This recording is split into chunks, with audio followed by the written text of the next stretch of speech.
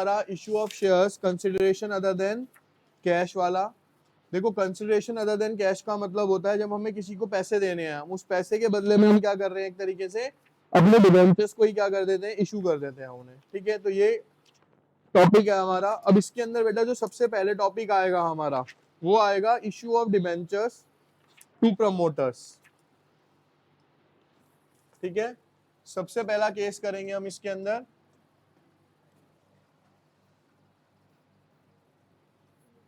Issue of debentures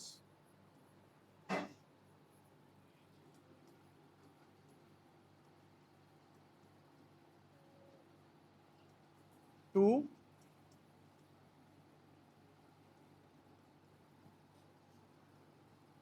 अब basically promoter कौन है बेटा, जो हमारे बिजनेस को प्रमोट करता है।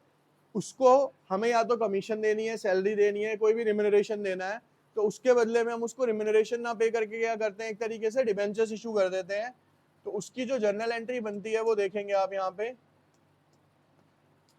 एंट्री बनती है बेटा हमारी इन corporation expenses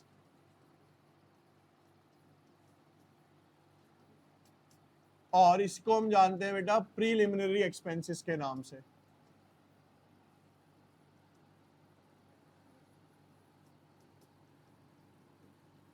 account debited to, बेटा ये एक्सपेंस है, डेबिट हो गया, देना किसको है मैंने पैसा, प्रमोटर को।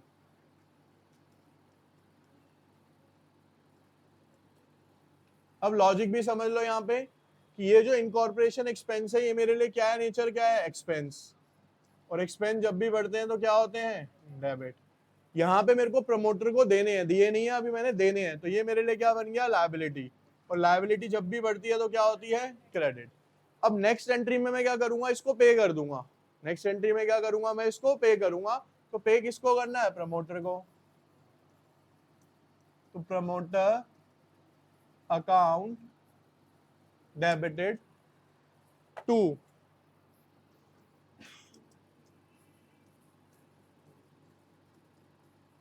Percentage debenture account. इजी है और कॉपी पेस्ट होती है एंट्री, इसके अंदर कुछ अलग से नहीं करना, आपने सिर्फ अमाउंट डालना होता है, जो भी अमाउंट अभी मैं आपको सिखाऊंगा कैसे आएंगे वो। ठीक है बच्चे, इसके बाद आता है नेक्स्ट टॉपिक इसी के अंदर। ये हो गया आपने प्रमोटर को इशू करे हैं। इसके बाद सेकंड आते हैं बेटा हमारे underwriters. Issue of debentures to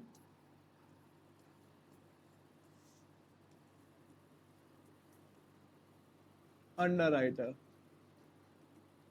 underwriter को भी क्या है बेटा, ये डॉक्यूमेंटेशन करता है हमारी, उसके बदले में हम इसको कमीशन या कुछ पे करते हैं। तो उसको भी हम ये पे ना करके क्या दे रहे हैं, अब देखो इसकी एंट्री क्या है पहले तो, underwriting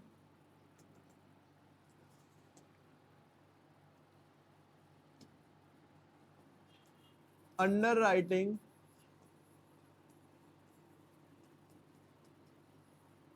commission account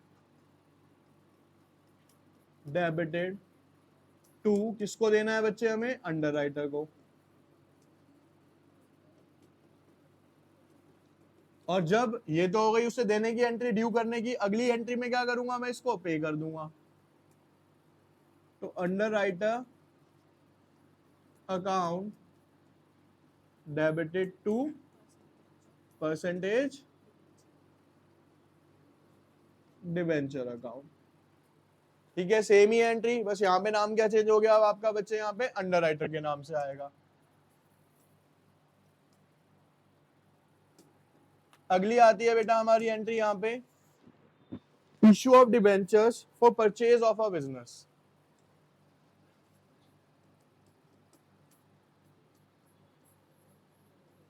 issue of debenture for purchase, यानी मैंने किसी से चलता चलाता उसका बिजनेस ही परचेज कर लिया। ठीक है, तो उसके अंदर देखो एंट्री क्या होगी। इसके अंदर बच्चे हम ना दो पार्ट्स कर लेते हैं, देखो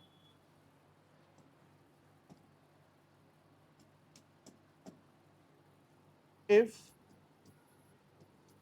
debit is greater than credit, if debit is less than credit. अब ये debit greater than less than क्या है, इसको समझते हैं थोड़ा सा। देखिए भाई, हमारी जो नॉर्मल एंट्री होती है बच्चे, इसके अंदर ये होती है कि जब मैं बिजनेस परचेज करूंगा तो मेरे पास क्या आएंगी, सारी की सारी सन्डी असेट्स। तो मैं एंट्री करूंगा सन्डी असेट्स अकाउंट डेबिट, और कहीं ना कहीं मेरे पास क्या आएंगी बेटा, लायबिलिटीज भी आएंगी। तो यहाँ पे एंट्री करूंगा मैं क्या, सन्डी। और फिर जितने में मैंने बिजनेस परचेज किया है वो देना होता है मुझे, किसको, वेंडर अकाउंट। किसको करना होता है बेटा, वेंडर को। अब ध्यान से समझना, ये debit is greater than credit है क्या चीज, ठीक है, समझ लो इसको अलग से ही। बेटा हमारी असेट समझो आई है कितनी, यहाँ पे 2 लाख रुपए, कितनी आई है, और सन्डी लायबिलिटीज थी मान लो मेरी यहाँ पे 1 लाख रुपए, और जो डेटर वेंडर था हमारा वो था मान लो हमारा कितना बेटा, 70,000 रुपए। ठीक है, ये चीज क्लियर हो गई। अब ऊपर क्या है बेटा, 2 लाख, और नीचे कितना हो गया टोटल क्रेडिट में 170, तो debit is greater than.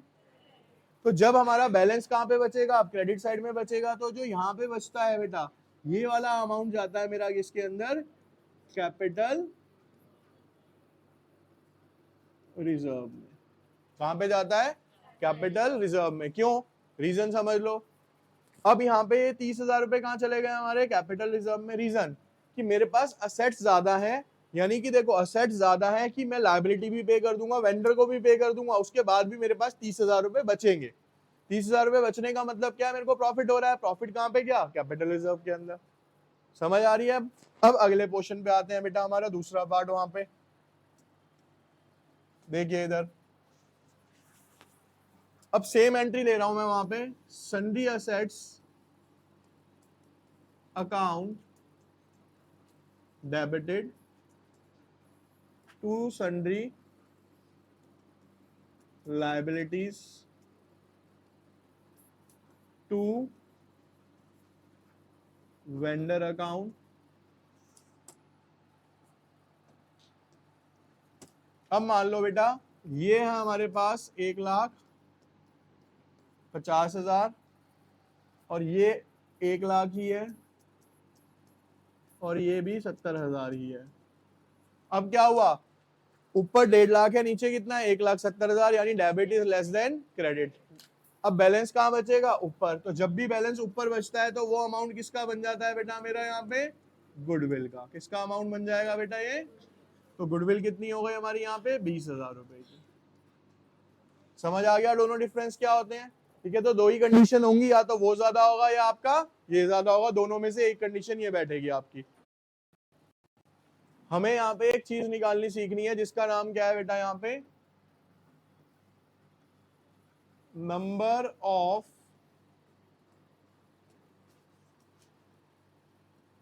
Debentures. क्या निकालना सीखना है हमें यहाँ पे, नंबर ऑफ डिबेंचर्स। अब नंबर ऑफ डिबेंचर्स निकालने का तरीका सिंपल है, टोटल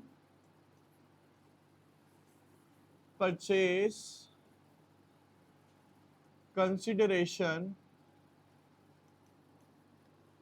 अपॉन में इशू प्राइस। अब ये इशू प्राइस होता क्या है ये समझ लेते हैं। अगर ये क्लियर हो गया तो सारे आंसर आप आराम से निकाल लोगे बच्चे। इशू प्राइस होता है बेटा हमारा बेसिकली, अगर मैं बात करता हूं एट पार, 10 रुपए का मान लो डिवेंचर है, तो 10 का डिवेंचर 10 में इशू कर रहा हूं, तो क्या हो गया, पार पे 10 रुपए हो गया इशू प्राइस। एट प्रीमियम 10 का अगर मैं 12 पे कर रहा हूं, तो 12 रुपए क्या हो जाएगा मेरा यहाँ पे, इशू प्राइस हो जाएगा। और अगर मैं एट डिस्काउंट कर रहा हूं, यानी कि 10 का कितने में कर रहा हूं बच्चे, मैं 8 में, तो 8 रुपए क्या हो जाएगा मेरा यहाँ पे, इशू प्राइस हो जाएगा। ठीक है, क्लियर हो गया इशू प्राइस क्या है यार। चलिए क्वेश्चन लिखेंगे सब एक। ये बेटा कहता है boss limited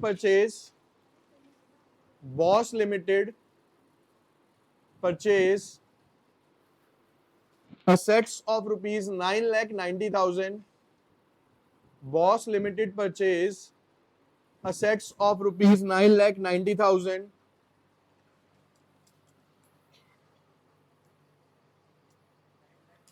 9,90,000.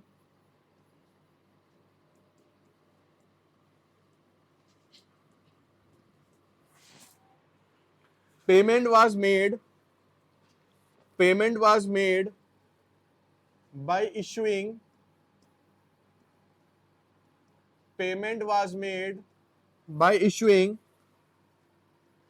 11% debentures of 100 each. 11% debentures of 100 each. Pass the journal entry.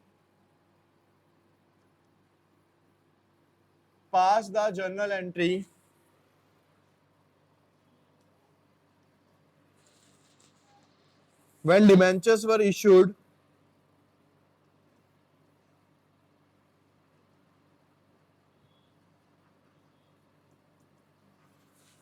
at par at premium of 10%, at discount of 10%,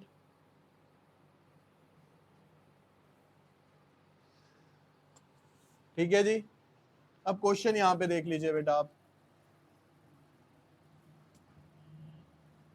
अगर हम यहाँ पे बात करते हैं पार वाली एंट्री की, जब इशू किया जाएगा तो बेटा पहले तो मैंने जब सन्ड्री असेट्स खरीदी होंगी तो मेरी एंट्री होगी sundry assets account debited to,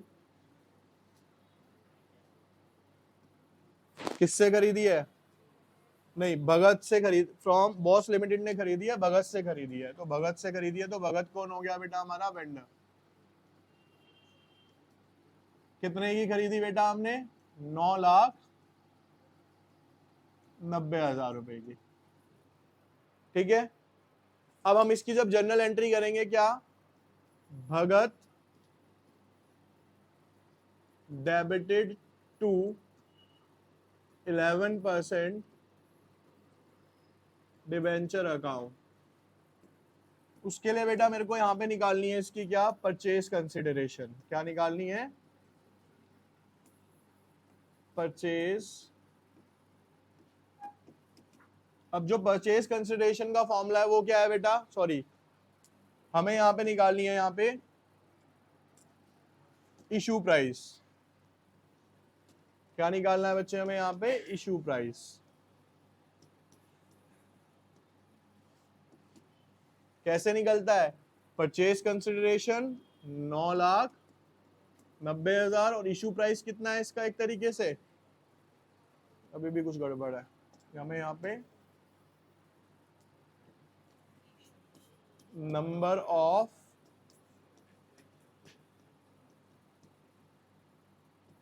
debentures निकालने हैं, ठीक है। कितना हो गया बेटा यहाँ पे? ये 90, ठीक है। तो सिंपल एंट्री क्या होगी? 9900 इंटू में कितने का है बेटा? 100 रुपए का। तो कितना आ गया बेटा? ये 9,90,000। ये कौन सा केस हो गया आपका? पार वाला। ये केस कौन सा हो गया बेटा हमारा यहाँ पे? पार वाला। अगली एंट्री देखेंगे हम यहाँ पे। देखो पहली वाली एंट्री तो सब में सेम रहेगी क्योंकि इसमें तो कोई चेंज नहीं आएगा। अब दूसरे वाले के अंदर जब मैं करूंगा तो मेरे को अगेन बेटा किसको पेमेंट करनी है? भगत को। तो भगत डेबिट टू 11%। लेकिन ये करने से पहले हमें क्या निकालना है बेटा? यहाँ पे नंबर ऑफ डिबेंचर्स निकालने हैं। तो नंबर ऑफ डिबेंचर्स कैसे निकलेंगे बेटा? परचेज कंसिडरेशन 9,90,000 है, लेकिन अब हमने किस पे इशू करा है? इसको प्रीमियम पे करा है। तो 100 रुपए का शेयर था, ये डिबेंचर्स था, उसको 10% पे करा है तो 110। कितना आ गया बेटा? ये नंबर ऑफ डिबेंचर्स कितने आ गए? 9,000। अब ध्यान से सुनना इसको, भाई यहाँ पे कितना पे करना है मुझे इसको, 9,90,000। लेकिन मैंने आपको रूल क्या समझा रखा है कि हमेशा 11% जो डिबेंचर अकाउंट है उसमें क्या आएगी, ओरिजिनल वैल्यू। ओरिजिनली ये कितने के हैं बेटा, 9,000।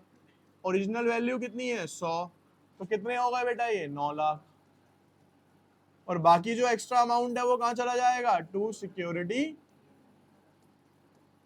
प्रीमियम। 9,000 डिबेंचर्स, 10 रुपए का प्रीमियम, कितना हो गया बेटा टोटल, ये 90,000 हो गए, 9,90,000। क्लियर। अब जब उससे अगली एंट्री करूंगा बच्चे मैं यहाँ पे फिर से भगत डेबिट टू 11% डिबेंचर्स अकाउंट। लेकिन उसको करने के लिए सबसे पहले क्या निकालो आप, नंबर ऑफ डिबेंचर्स। कैसे निकलेंगे, 9,90,000 परचेज कंसिडरेशन, 100 रुपए का डिबेंचर है 10% डिस्काउंट पे, तो कितना हो गया, 90 रुपए। 0 से 0 काट दोगे, ये कितना हो जाएगा बेटा, कितने आ गए, 11,000। अब जब मैं एंट्री करूंगा तो बेटा यहाँ तो कितने हो गए, 9,90,000। भाई भगत को तो इतने ही देने हैं हमें। यहाँ पे कितना हो जाएगा, 11,000 इंटू में कितने हो जाएंगे ये,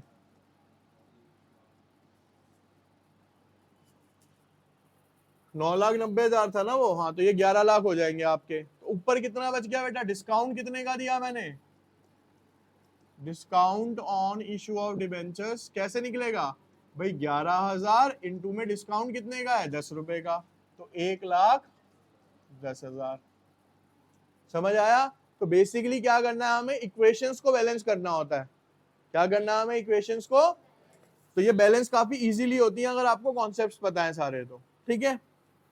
करना होता है बताया था मैंने आपको, स्टेटमेंट ऑफ पीएनएल। तो एक एंट्री में यहां पे अलग से कर देता हूं, statement of PNL to discount on issue of 1,10,000।